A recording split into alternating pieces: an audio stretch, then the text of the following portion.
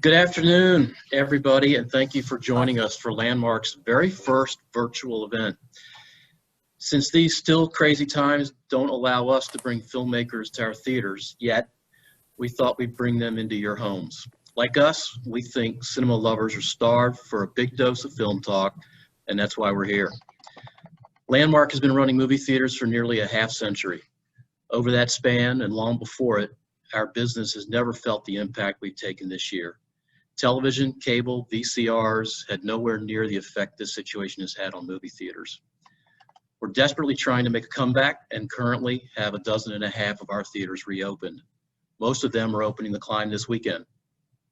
We have incorporated the Cinema Safe program, which are stringent guidelines set by the National Association of Theater Owners in conjunction with the CDC to provide clean, safe theaters for moviegoers who are ready to go back to theaters and feed that movie-going hunger. We have to ask that you bear with us a while. We operate on reduced hours and in some cases days, which we need to do to keep our costs and losses manageable. Unfortunately, people aren't returning to theaters in droves. And we understand this choice for many cinema lovers, and we want to be here when more of you are ready to come back. To that end, we encourage you to support the Save Our Cinemas campaign, an initiative asking Congress to provide aid to the movie theater business, one of the most impacted industries from COVID. This aid will provide a bridge to survival for many of the 40,000 screens in the US. Movie theaters remain one of the most affordable and frequented out-of-home entertainment options and play an enormous role in our society, both socially and economically. As anchor businesses, they provide integral traffic to restaurants and other retail. Movie theaters employ over 150,000 people, are one of the country's most diverse employers, and are linked to countless other jobs in film production, marketing, and distribution. Sadly, but not surprisingly, nearly all movie theaters and theater chains experienced a complete loss in business in the second quarter this year. The major cities of New York, Los Angeles, and Washington, D.C. are still yet to reopen. Clearly, so much has changed since March, but what hasn't changed are the hopes and dreams of filmmakers who aspire to see their art on the silver screen, an irreplaceable experience and the pinnacle of filmmaking achievement. Landmark takes great pride in helping these dreams come to fruition for both filmmakers and audiences. The filmmakers you will hear and see today, Michelangelo Covino and Kyle Marvin, were in the midst of their press tour and about to open theatrically in March when everything shut down. After 8 long months, The Climb finally premieres in theaters this weekend through Sony Pictures Classics. The film has been a festival favorite at Cannes, Telluride, Toronto, and Sundance, where I saw it and loved it. So enough of the intro stuff. Let's get to the reason you zoomed in. I'm happy to introduce filmmaker Judd Apatow, who will moderate our interview with Michael and Kyle, the filmmakers of The Climb. All right. Hello. How's everybody doing? We're the only ones who can say good. Everyone else is muted. We'll speak on behalf of everyone to say everyone's great. Yes. Now, this is a technology thing, is that Michael's sound is way worse than Kyle's. What's happening with that? We have earbuds in, and apparently we have to talk like this. All right, that's it. We've been living together, so I think this is COVID safe. I think I just realized that the pods only have a microphone on one pod. That's now we know. I never knew that. I thought it was a double pod microphone situation. I'm sure the new pods, I'm sure Apple's figured it out now, but I'm really holding on to antiquated technology. I know you are in the 8-track of pods right now. That's what it is. Well, it's good to talk to you. I guess what we're assuming is that most people out here haven't seen the movie yet, so we can't give away all of its secrets. But just talk a little bit about, you made this movie. You were praised appropriately at the festivals around the world, and then we're in the middle of this terrible pandemic, and everything has kind of switched up on you. And I had a similar experience with King of Staten Island, where we thought we were going to the theaters, and then we couldn't do that, but we did get to see it with people in all of our test screenings. Talk about watching this movie with big crowds for the first time after working on it for so long.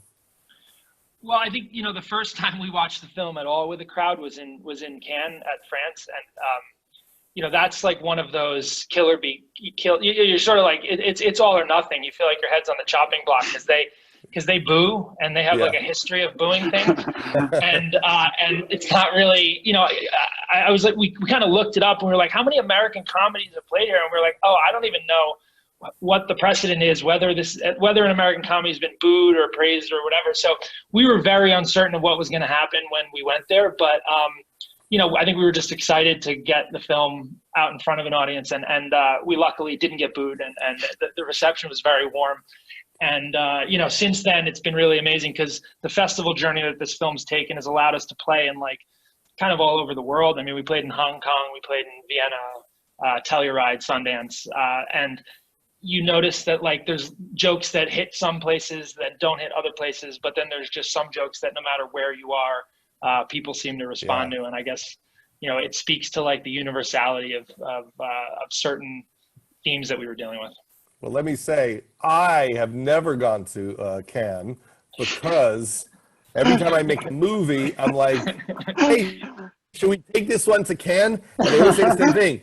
They might hate it. They might hate it there.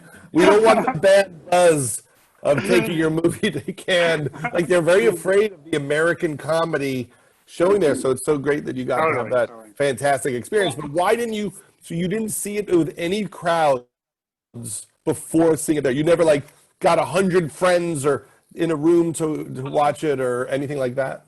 We showed it for a few friends as we were going through the various iterations as we were testing it.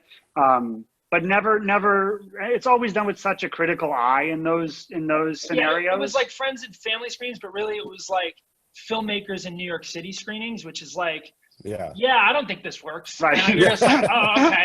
It's like other people who are in the same position as us that like I've made a film or I'm trying to make my first film or like and so it's a different perspective in those rooms because some people, I actually, the response was actually really warm to a lot of those screenings, but it would be 15, 20 people in a room. And then we'd have a discussion afterwards. And I think that was like the big gut test for us to be like, well, do we want to move forward with making the film we want to make? Or do we want to kind of cater to a lot of these differing opinions about like, don't do that, do this, don't do that, do this. Yeah. And I think that was the moment where we just said, all right, we're going all in on this. We're going to just try to make this film in a very kind of distinct way that we set out to make it. Yeah, I know that's tricky. I love to show people cuts of movies. I love to let people read all the drafts. But definitely there are people you really respect, even your heroes, that say, you know what you should do is this, and you're like, that is totally wrong. And you have to learn to like take ideas and be open. But some people could really send you down a terrible path. And that is what's hard about that whole process, is especially when you do something that's so original like what you did, it's kind of everyone's instinct to say, yeah, don't do that. No one ever does that. And that's what's so remarkable about the movie. So explain to me how it started. I was reading up a little bit about it.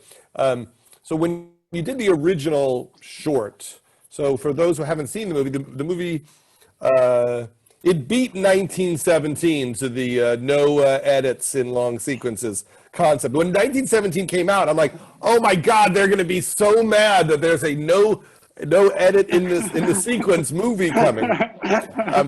I was furious about it, but the opening of the movie is you guys, two friends on bicycles for a very long, almost 10 minutes, hilarious, emotional sequence. And that was originally a short, that sequence. And so is it that you made that just like for your reel? You made that just to show people like I could direct a different movie? Or did you think here's the first 10 minutes of a movie I hope to make? I mean, it started as everything starts with like the idea of it. And we really attached ourselves to the idea of like, oh, this is a great concept. And as we started sort of working the concept over for the short film, we realized there's something in what we were trying to do that for us just felt different and special. And we were like, oh, this could potentially be more. But, you always have those fantasies of like, I'll make a short film, it'll become a feature, everyone will love it, which is like everyone's fantasy at all times. And, you know, from our experience, it's hard to make happen. So, you know, it was there. We've done a similar thing with a lot of shorts that we changed to calling sketches. And it started out with the aspirations of being like short films that quickly became like, oh, that's just a sketch I did. And, so I think, you know, with this one specifically, I think, you know, I personally realized I was like, I have nothing to show people. I'm going to try to go raise money to direct my first feature. I have nothing in the last 8 years that I feel comfortable with showing that's like actually a strong representation of how, you know, just perspective and using the camera and directing and performance and like keeping everything, you know, building a rhythm into performance and having a camera have a perspective and a point of view that contributes to the way the comedy plays out. So that was the initial intention, was like, I need to do something. And when we did it, and when we started writing it, we realized that like, oh, these characters are actually archetypes that we'd want to live with for a really long time. So it sort of happened simultaneously, where we actually came up with the idea for the feature, and we had this full idea for like what this story would be long term, but only really started moving, you know, to write the script and to fully outline it once we got into Sundance, because then we realized we'd have like a platform to go sell it. Right. So when the short got into Sundance, then we said, okay, let's just put all our energy into getting this feature ready so that we can try to pitch this and, you know, sell the idea at Sundance. And there's, you know, there's two, you know, big ideas. One is, you know, a style of shooting where the movie is cut into, how many segments is the whole movie? Is it 10 or? Yeah, it's like, I think it's 13 or 14 scenes total, something like that. But it's like, we kind of chaptered it into 7 chapters. Right. Yeah. And then you have this idea of, you know, this friendship, this demented friendship. And what, you know, I'm always fascinated by male friendship just because I think it's so embarrassing most of the time. And, you know, everything about it is just, it seems to be so funny and wrong, and the way men like each other or dislike each other or love each other, and just, you know, how they behave. What was the kernel of a thought that got you so excited to explore, you know, all sides of that and the toxic sides of that? Yeah, I think the first thing we dug into wasn't necessarily. Well, I have the microphone. Oh, sorry. You have stuck in my ear. The first thing we really latched onto was more this almost forgiving nature to friendship, where, you know, you've known someone for so long, you have such a baseline of understanding on who they are as a person and your relationship, that at a certain point, the transgressions, you know, the level of transgression has to get so high to break it that we were sort of like, okay, what's the threshold here? Like, how far do those things go before eventually you just end up? It's funny, like we had people in our lives who are in their 50s and they're like, you know, I just talked to my friend from high school who, you know, who slept with my girlfriend in high school. I haven't talked to him since, and he's a good guy. You know what I'm saying? And you're like, it took you 40 years, but you're back. You know what I mean? Yeah. And they're back the same way they were. And that, I think, is really, and that's true for any relationship, you know, male, female, any way you cut it. I think we all have those people in our lives who you're like, well, I guess I'm stuck with you forever. Yeah, but with guys, there seems to be this like almost societal pressure to put on a, you know, like, you know, to posture or to pretend like you're stronger than you are. And, you know, for us, like, I just find myself, like, I've had some real emotional moments with friends of mine from the past, and we get into it. We're like, you know, and it's like we're over, you know, Kyle and I started talking about, we're like, this idea of like showing these two vulnerable guys who talk about their feelings was kind of, I mean, it's certainly not novel because there's so many films that have done it, but the fact that like it still feels like you're sort of breaking the mold of how male friendship is supposed to be displayed felt in itself like a strange thing, and yet like relevant to be discussing, because that's the way we see friendships, you know? Yeah. Well, you could tell in the whole movie that you had found a comedic style, both as actors, you know, and writers, that just amused you. You know what I mean? Yeah, Like, yeah, like you yeah, could yeah. write it all day. Like you could see that you guys could write 100 hours of these guys talking, which is so hard to do. It's the hardest thing of all to create your own rhythm, your own complexity, you know, to the people. And how much of that was full creations and how much was taken from your own relationship with each other? That's a good question.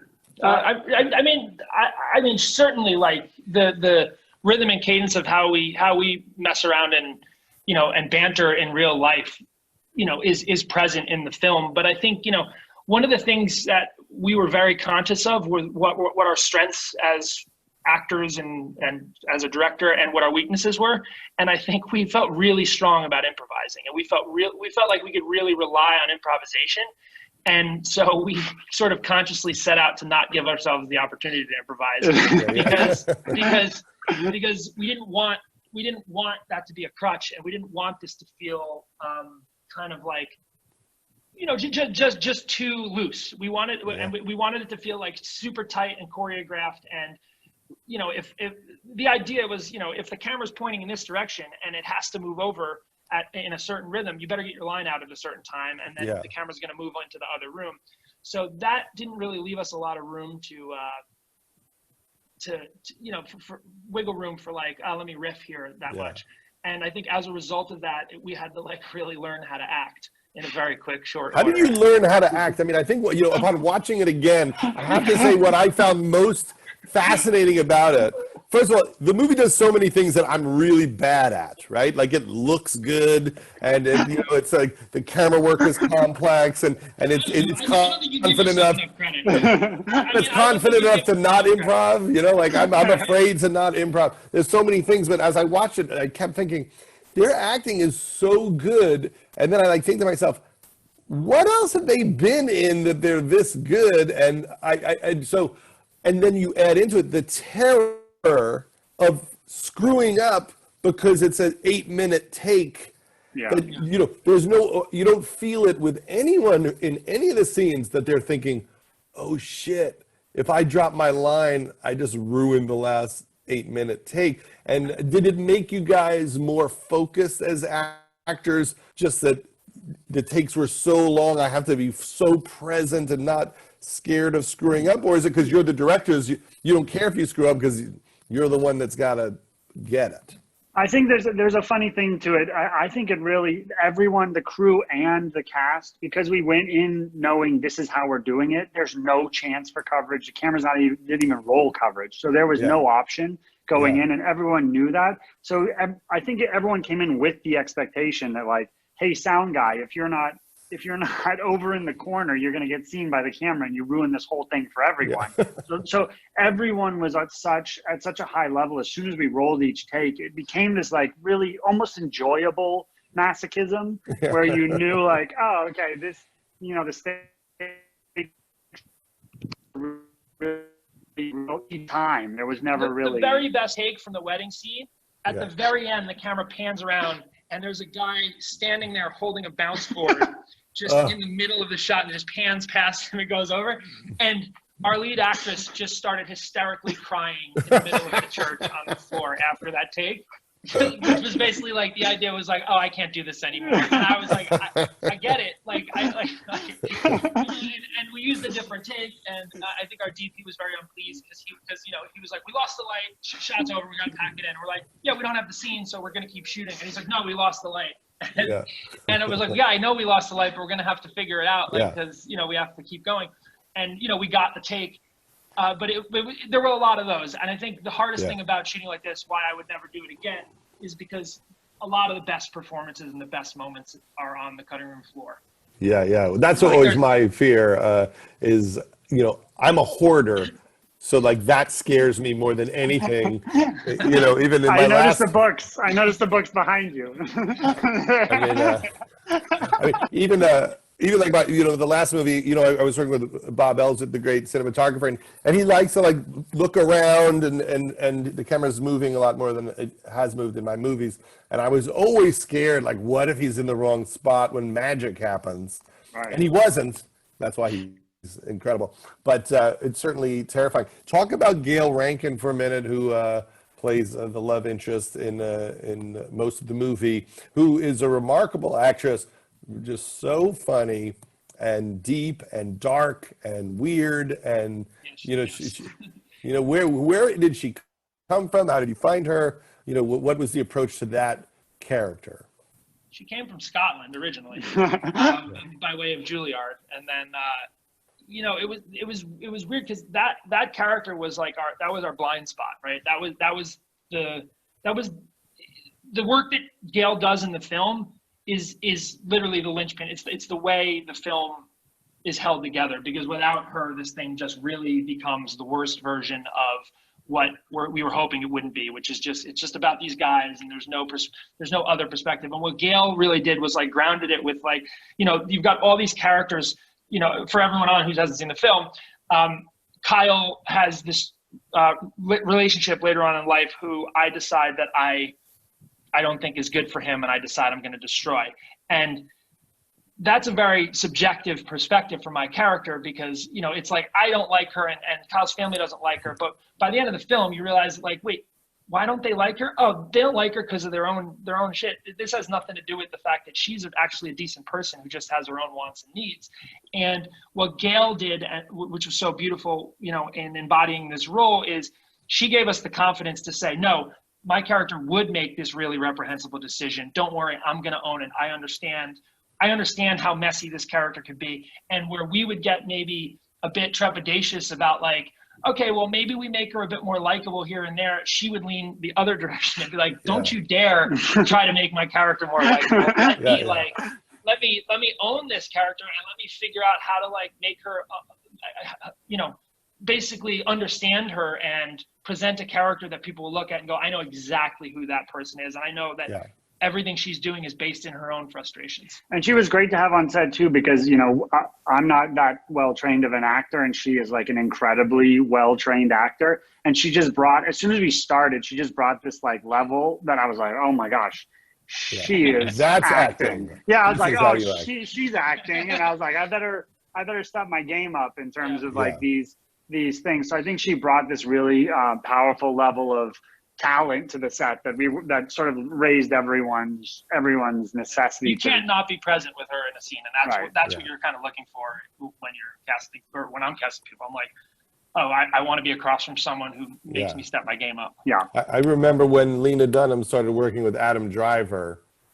That's what she said, that she realized that she had never really acted much before, and that she needed to be at that level.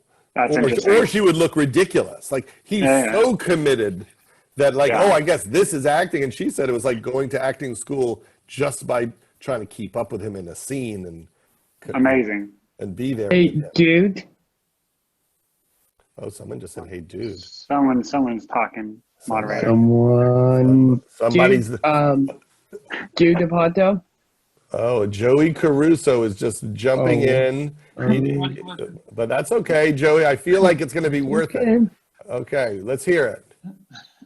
Wait, so Judd, you created Peanut Butter Falcon, right? I didn't. I wish I did. Great film. I wish I did. It's a fantastic movie. But I did it's a great movie. Peanut Butter Falcon. But you know what? For you, Joey, I'm gonna take credit for it. I'm gonna say it was me, and I'm gonna say I made Peanut Butter Falcon. I've been meaning to tell you, Judd. You created it. Appreciate your work. Yeah. Well, I'll tell you something interesting. Is the director of Peanut Butter Falcon walked up to me, and he was an extra in the movie Walk Hard, and he said, "That's amazing." And he got to watch us all work on Walk Hard, and I won't tell you who he played, but he said he learned a lot just being on the set there. Talk a little bit about the music in the movie, guys. So you cut to these sequences where people are singing, and there's you have like a skiing ballet, and there's like a bike ballet, and then they sing at this graveyard. I mean, there's this haunting singing. I don't know what country it's from or what religion it's from in one area. But what was your idea about cutting to different performances in between these segments? Well, look, it was twofold. It was one, because structurally the film needed to take breaks. Like we almost need palate cleansers at moments in the film, or at least we felt.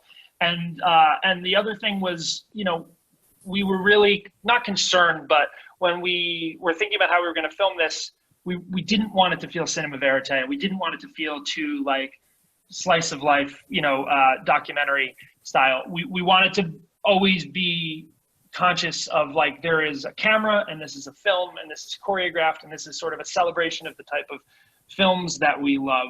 So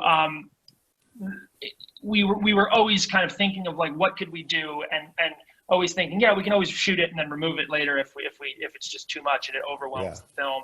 And you know, and there was a lot of discussion, and that was probably the biggest point of feedback in a lot of those early screenings was like, get rid of the graveyard singers and get rid of the Ukrainian singers and get rid of the ski ballet. And I think we stuck with it just because of taste, just because it was what we wanted to do at a certain point. And it's like, yeah, we can get knocked for it and it could be a bit pretentious and showy and whatever. But at the end of the day, like I mean, we were trying to make it was a nod to French cinema, and it was a nod, you know, it was like, this was our version of a celebration of the type of French cinema that we love, and romanticizing that, I guess, sort of in the way that these characters romanticize these ideas of love that they sort of foundationally learned from this one French woman.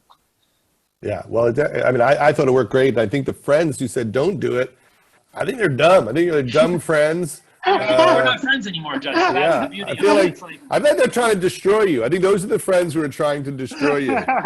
They couldn't handle your success, and they said, you know, cut the best part out. Hey, Jude. So be aware. Yeah. Jude, somebody, what? Somebody is telling me to turn off my video. Oh, to shut off your sound. I think everybody is muted. Joey has muted. Joey has muted. So talk to me a little bit about the lip sync sequence. So there's a section that starts where you're lip syncing to a song, and what I was fascinated by was you guys were trying to deal with your weight. So you have a very short shoot. Now this is a very strange thing. In the movie, for half of the movie, each of you is like kind of not overweight, but not at your fighting weight. Yeah. And that during the shoot, that you lost 30 pounds over 6 weeks. Yeah. And so you're shooting in order, and you're trying to shoot the skinny stuff last. Yes. So you're trying to gain as much weight as possible before you start the movie, and then in 6 weeks be able to shoot a I'm skinny scene. Yeah. And here's what I don't think everyone understands who's watching this. It's very stressful to star in a movie that you've written and produce the movie and all of that. And the idea of starving yourself almost to death while doing it, I don't know how even mentally you could remember your lines while so hungry. I mean, how can you lose 30 pounds in 6 weeks? I've lost 12 pounds since March, and it's so hard. Like mentally, how can you do that? Yeah, it was, I mean, that was the thing. We had planned to do this, like the original idea was like, let's spread this out over, 12 months or 16 months and let the seasons change and let our bodies change. And it was like, great. And then all of a sudden it was like, no, we're doing it now in the next 6 weeks. And then we went into production. So I had already been gaining weight. We were doing writing sessions, and we'd eat at this diner in New York, and Mike would be like, another milkshake for Kyle, please. And it would just be, we'd just be eating, and I'd just be eating banana sundaes, trying to gain weight. And then it just became this thing that happened. Looking back on it, it was insane. Like there were points where I would just sit. Like there were points where I would sit and I would space out, and I would just be quiet. Mike was like, "You've been quiet for 2 hours," and I would just sit there like through the most of production. He would just sit there and just not talk, and I'd be like, "Kyle," and he'd be like, "What?" and then he would show up and he would perform and he'd be great, but like everything was, I mean, I don't even understand. He was tortured. Yeah. I blame you, Michael. I think it's all your fault. I think it's the definition of insane directing is to even allow it to have happened. I'm glad it worked, but it also is so fraught with madness. The idea of even to think like in a pre-production meeting, like over the 6 weeks you'll lose 30 pounds is so crazy. What's that? I think we were shooting for like 40 pounds, and I was actually upset with him at a certain point. I would weigh him, and I'd go, "What the fuck is wrong with you? Would you please like run another 6 miles tonight?" I'd see him eating a banana, and I would just like shake my head. Yeah. And how is it for you directing? Was this the first feature-length film that you directed? Yeah. And so, how is it for you directing? Because you're also having to perform, and also. Can we talk about what the budget of the movie was so we have some understanding of what you accomplished? Yeah, I mean the budget was I think we say it's under $3 million. I think that's what we say. So, and I only say it because I think they stopped telling me what the budget was at a certain point with some of the overages we had at the end. But yeah, I mean it was more than what we set out to make, but it was the right amount, for. And what about directing? What was it like directing? What was it like directing? Sorry, yeah, that one's more fun. Yeah, I mean, it was amazing. It was like really, really tough to balance because I'd have to do these really deliberate shift in my mind where I would go, okay, I'm in the scene, I'm acting, and then what I would really try not to do is direct while acting or like be thinking about I'm in the middle of the scene and go like this isn't going to work, let's cut. So I would let the scene play out. I would get to the end. And then I would just take my time with playback and I would sort of like shift into like, okay, now I'm directing. Let me watch playback in a sort of different perspective. And then I would just sort of go top to bottom in the scene and I would just give like one note across the board. Yeah. And, but we structured it in a way where it really gave us the freedom to do that because we had a full day of rehearsal on every scene and then a full shoot day on every scene. So our rehearsal was with our Steadicam operator or our camera operator and our grips. If it was a dolly scene, everyone was in the scene. So even our boom operator would be dancing with us through the scene on this rehearsal day. And by the end of the rehearsal day, we'd be rolling takes and we'd be like, okay. And then we could review those takes that night and then make adjustments going into our actual shoot day. So we were just dialing it in. Yeah. And I really stayed away from doing anything performance related until all the timing and the blocking and the choreography was down. So it was just direct the mise en scène to the best of its ability and then get it to where I like it and then focus in on performance. Yeah. Who was the cinematographer? Zach Cooperstein. Brilliant guy. Yeah, he was incredible. And the amazing thing is we were an independent film. So I'm sure 1917 had all the technical bells and whistles. And Zach, we were like, here's a cardboard box, 2 carrots and a camera. And he'd be like, all right, I guess I got to make a magic out of this. So what he really brought to the table was a level of just like gritty, independent filmmaking that came across in the beautiful shots in the movie. And so there's one shot, I guess we could talk about where there's a fall into a frozen lake, which is really a hilarious, terrifying scene that it seems like you shot in maybe the worst, most dangerous way possible. I think you should explain it just so people don't ever try to do this just for their own safety. Yeah. Okay. So we were at one of the Russian bathhouse in New York as we were like writing the script and finishing up the script, and we would do these cold plunges into the water. And Kyle and I, we were just spitballing. We're like, what would be the craziest thing that could happen? And then we came up with this idea of him falling through ice, basically. Okay, spoiler alert. But Kyle falls under a frozen lake at a certain point in the film. And then we just love this idea of the camera going underwater and, kind of just living in this insane shot and experiencing it in real time amidst this revelation and this sort of dramatic moment between the characters. So I think when we set out, the funny thing is when we had our first sort of like production kickoff meeting, with the studio, Topic Studios, who made the film with us, I think the first note was like, so let's talk about this ice scene. We're not going to do that, right? And we were just like, yeah. So we basically were just like, look, this is probably one of the only deal breakers of the whole film, but we have to shoot this scene. So like if we're on board with figuring out how to shoot this scene, then we're down and we're going to make this movie together. If we're not, then we'll find an alternative. And they were like, great. So the stuntman will come in and he'll go under the ice, right? And we were like, these are continuous takes. There's no chance to slide a stuntman in. So it ended up being me training. I trained in scuba with some military people, and then started conditioning my body to experience that level of cold, which was, as I was losing weight, I was taking like only cold showers. I was doing cold plunges every other day. And then we started training in open cold water to experience it, and then learning how to be, there was a scuba diver, a safety scuba diver under the ice, just try to be there to sort of protect me. And I had to learn to, find a regulator in freezing cold water and put it in your mouth, which was the whole thing.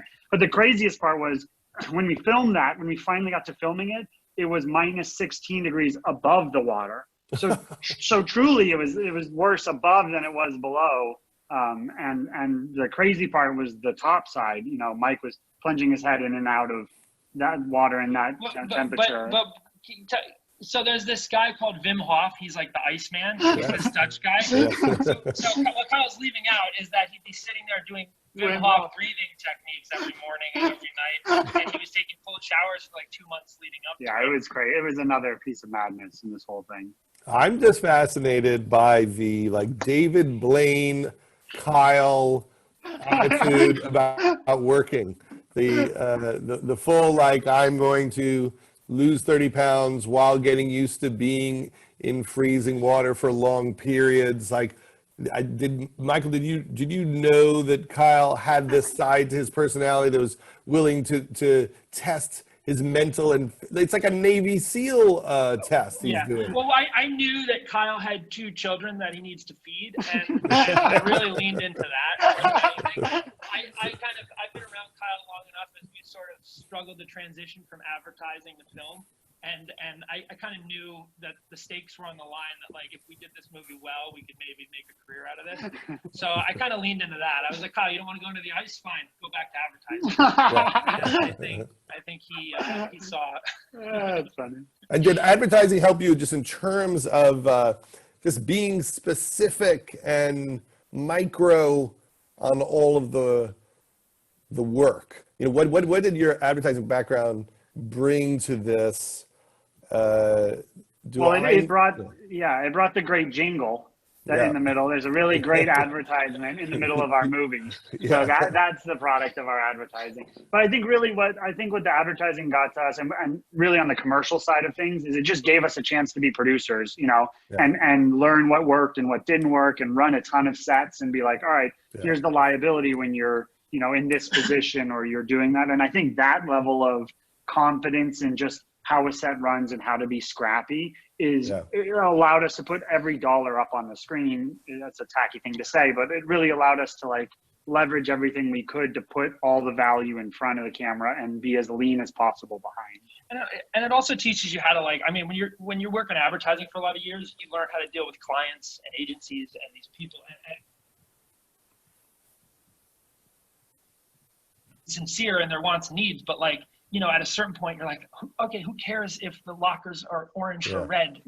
Just pick a color, and it's like, well, let's do another. Let's test it, or let's do this again. And you're like, oh my god, and not that it isn't important, right? But I think what we kind of understood is okay, we can navigate the kind of notes battles and the personalities involved with the entire process, and even crew and people and learn to just sort of curate, because at the end of the day, I think our jobs, and specifically my job as a director, is trying to hire as many really talented people as possible, and then just curate the sort of artistry that they bring to me, as opposed to doing it all myself. Yeah. And who are your cinematic influences? Well, we would be remiss to not say you, but that's kind of a bit of a, but it's true, right? Because you've kind of, you sort of revolutionized, I mean, comedy for at least a decade for us, especially at a time when I was in high school and college and like coming out and, you know, figuring out what I wanted to do with my life.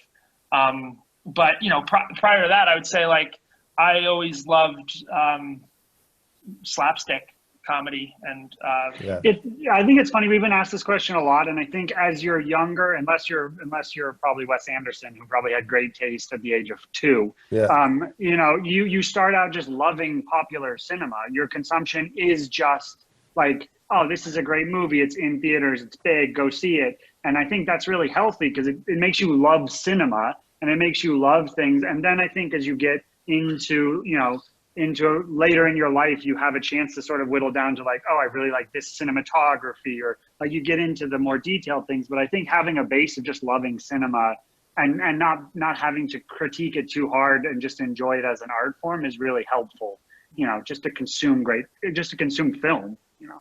Yeah. But for me, it's probably the Coen brothers and then, yeah, I mean, the Farrelly brothers for comedy and Monty Python. Yeah. Well, certainly that shot in the Coen brothers movie, Raising Arizona, when they run through the house during the long chase scene, you know, they had a few of those great Barry Sonnenfeld shot moments that were really incredible. We're going to take some questions on the chat. If anyone wants to send in any questions on the chat, now is the moment to do it. We also want to let everyone know that the NATO Online, which is the organization of theater owners, has a petition you can sign to save our cinemas. Filmmakers wrote a letter to Congress, and you know, to put some aid towards our theaters, which are, you know, essential to our country and our sanity. And so if you love our theaters, please support the hashtag Save Our Cinemas initiative to bridge the gap between what's happening now and the future when theaters can and open, and also just, you know, tell your local Congress people that that's a priority for you. And so let's see what it says here. There's a lot of questions, so I'm going to have to let's talk about your writing process together. Like how do you guys write? Did you outline this? Like, how quickly did you have a sense of the shape of the whole piece? And you know, was it quick to knowing what the different hunks were? You know, was this a long, labored process, or did you figure it out pretty quickly? I mean, this is the quickest script I've ever written. I'm sure Kyle's written faster, he's a fast writer, but yeah, I mean, we mapped the entire story. Like, the weird thing about this one is like our entire kind of our pitch deck and our outline for what this movie was going to be before we even ever showed anyone the short is kind of exactly what the movie ended up being. It's like, it's scene for scene. You can like look at the deck, you're like, oh, there's that scene and that scene and that scene, and you get to the end, you're like, that's the movie. So, and then we wrote it over 2.5 months. Fast, 2 months. I think really the writing process for us is we tend to go through it together and sort of just slam through what we think it is, and then come back again and go through it and throw everything we wrote into the trash can and say, well, this was a terrible idea. And let's try a different pass at it. And I think that whittling away at it like that and challenging ourselves at every turn of like, is this right? Is this right? Then we just sort of honed in on the things that we like. But I think we tend to lock into a couple things that we're like, this is great. Like, this one beat is really great. And if we can keep people's interest for the entire time and still hit this beat and make it all interesting, then we're doing our job. And the rest then just becomes, you know, fixing with the ingredients until we're happy with it. Yeah, and we would rehearse like mad while we were writing. So we would write a scene, and then because we were acting in it, we would go to an acting class and put it up and try it, and then come back and rewrite the scene from that. So it was almost like a workshop.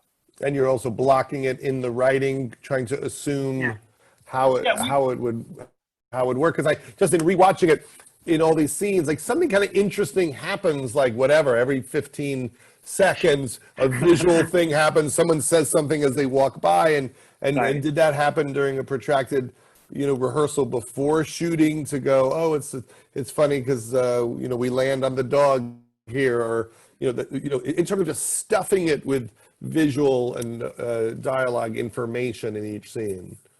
Yeah, this was the most visual writing process we'd ever done, because we knew the aesthetic we were going for. So it was like, and you were directing it. Yeah, we were visualizing kind of how the scene would play out, where the camera would go. And Right. so like, okay, it's going to land on a dog eating a turkey, and then it's going to go out, and then it's going to the dog's going to be led outside, and we're going to follow it outside and go, and that's how we're going to end the Thanksgiving scene. And so those ideas were always there. Whether we could pull them off or not was really the challenge, and that became like, all right, let's find the location and see if this is even possible to map it out this way. And then, as you do when you're making a film, you have it one way in your head, and then you get to a location, you go, okay, well, we need to adjust this to accommodate, and so you just, you adapt during your tech scout. Also, in some of the scenes, there's violence, like there's people really violently hitting each other, and so you're timing like the camera. I broke my ankle on that opening bike ride scene. So for the rest of the shoot, there's like scenes where I'm sort of hobbling around. Yeah. And that's because like I actually, I think it was like a severe sprain. I never went to the doctor, so I didn't get checked, but because I was too like nervous that it was going to be a problem. But it was bad. It's so funny because one of the things we did too, and it's sort of it was an inside joke that then we realized it was a joke on ourselves, was like, oh, let's do a really long take and end with a dog. Let's do a really long take and end with a baby. Let's do a really long take and end with a big physical stunt. So like every scene has something where you're like, well, it could all go wrong in the last 15 seconds in basically every take. And that was sort of the fun of the thing, was like, oh, let's give ourselves even the hardest task possible in the writing process. Yeah, let's make sure a dog will eat a turkey at this exact moment where the whole thing goes in the garbage. Yeah. The worst part about that, because that was my dog, and my dog was like, and so she would get yelled at, and someone would be like, no. And we would almost like we stopped yelling no, because she wouldn't eat the turkey anymore. She's so well behaved. She's such a well behaved dog, she wouldn't eat the turkey anymore. So we had the ADR in. It became like this crazy thing where Talia Balsam, who's an amazing actor, was like, I don't want to say this line of the dog anymore. She's like, I feel like the dog's being scarred. I was like, no, this dog is fine. She'll be okay. That's so funny. We have a question here. Can you talk about your French influences?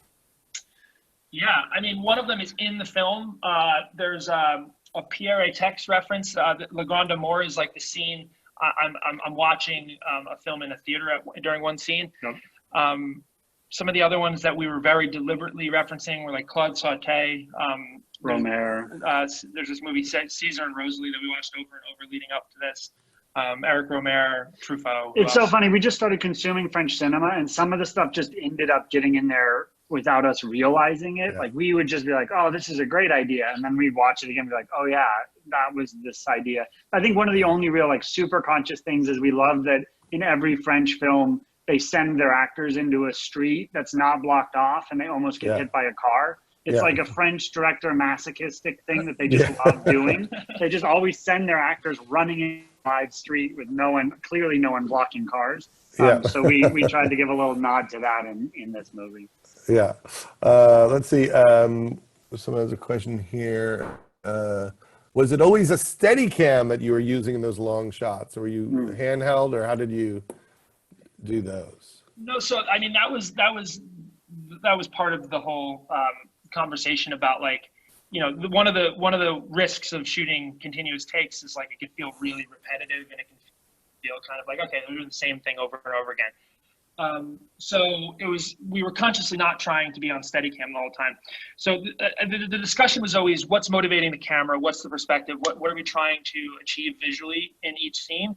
And so there's actually, in a lot of scenes, it's probably not that noticeable, but there's scenes where we start on dolly and then without cutting, we switch to Steadicam or we switch to handheld. Or for instance, there's this Christmas scene where we start handheld, where it's really shaky. We move to dolly, and then we come off and back into handheld and go into the house. And so that was like, when Zach and I were speaking it through, we were like, this would be ideal. Can we pull it off? And, to his credit, he's just this technician and this brilliant mind. he was able to create this electromagnetic rig that he built by buying magnets and like electronics pieces online, and they built it, and they would just hit a switch and it would like lock into a dolly rig and move around the house, and then he would hit the switch again, it would fall onto his shoulder. Honestly, the behind the scenes on some of the scenes are more impressive than the scenes themselves. Yeah. When you're just watching the technicians like pulling off these wild looking transitions on rigs made out of tennis balls and, you know, duct tape. You want to let people see what that was. I know. I want to eat these avocados that Charis is doing right there. I'm not sure what it is. I take a picture of they're making like guacamole or something's Too bad the happening. Zoom isn't. We can just like teleport the avocado toast they're clearly making. I know. I want some of that. I'm getting hungry. Well, I hope everyone will get to Landmark Theaters to watch this with people, which would be really, a fun experience. And, those situations, we're all excited to get back to theaters. Yep. Would you agree that comedies play better in groups of theaters, Chuck? Yeah, I mean, there's nothing better than I had that experience a couple of times at Sundance, when the place is packed and they don't know what's coming. They kind of don't even understand what they're about to see. And the place just is having this moment of, oh my God, I love this. I remember seeing the Billy Bob Thornton movie, Sling Blade, at the New York Film Festival. And I went with Owen Wilson. He's like, this is my friend Billy Bob, and let's go see his movie. And I didn't know what it was. And like 10 minutes in, I was like, is this like the best movie I've ever seen in my entire life? Like, what is happening right now? And you only can get that in a movie theater. And so I'm glad that you got that, and hopefully you'll get to see it with people during this run. And were we going to have Paul talk a little bit now that we're done, and take any questions from people who want to talk about what we can do to support the theaters and what they're doing to get people back and safe? Is that what we're doing, Paul? If there are any questions about theaters, we're happy to answer them. But before that, or in lieu of that, if there aren't any, I just want to make sure that, Judd, thank you. Many thanks for steering a great, insightful, and funny chat. I'm sure everyone enjoyed it. Yeah, it's been great listening. Sure. And Michael and Kyle, thank you both for sharing your time and experiences around the climb. We love the film, and we're thrilled to be playing it in our theaters, really. Yeah, we like Landmark Theaters. Thank you for upgrading the seats and everything. I mean, we quite enjoy the experience of going. Well, Landmark is the best. It really is. I mean, between the one you have on the west side out there and the one over here in New York, I'm obsessed. Yeah. Thank you, guys. Yeah. We just got to get the rest of them open. Yes, absolutely. Yep. Well, we look forward to a big movie year next year.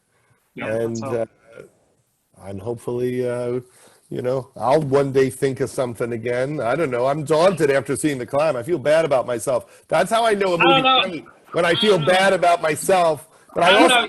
King of Staten Island has two of the funniest moments I've ever seen in cinema. When that dude walks up shot and his whole perspective on that, I literally was in tears laughing. Yeah. And the setup of like setting up a guy who is going to who just wants to be a tattoo artist, and then you just present a kid who just like truly, it's just cringeworthy. It's like everything I could ask for in a comedic moment. So well, thank you. There's a couple of questions from people about opening theaters in New York and LA, and I just want to quickly answer that for everybody. Right now, we're still prohibited from opening. Each of those states and localities have different parameters around reopening businesses, and right now in the county of Los Angeles, email if anyone needs it. He'll put it in the chat. Reach out, please. New York State's open, but not the city, and Los Angeles is county by county. So we're waiting for the ability to be open. Right. You guys have high ceilings and great ventilation, so I feel very comfortable. And someone just checked in and said, I missed going to the movies at Landmark in San Francisco and Berkeley. They are now open as of Friday, as of yesterday, with The Climb, by the way. Okay. Yeah, great. All right. Awesome. Well, thank you guys again. Yes, thank you, everybody, and go see The Climb. It's really a great film, and emotional and touching and really hilarious and inventive. And it's one of those movies which is why we like to go to the movie theater to see a film like this on a big screen. Thank you. Indeed. Thanks, All right. everybody. All right, take care, everybody. Bye-bye. All right. See you, John.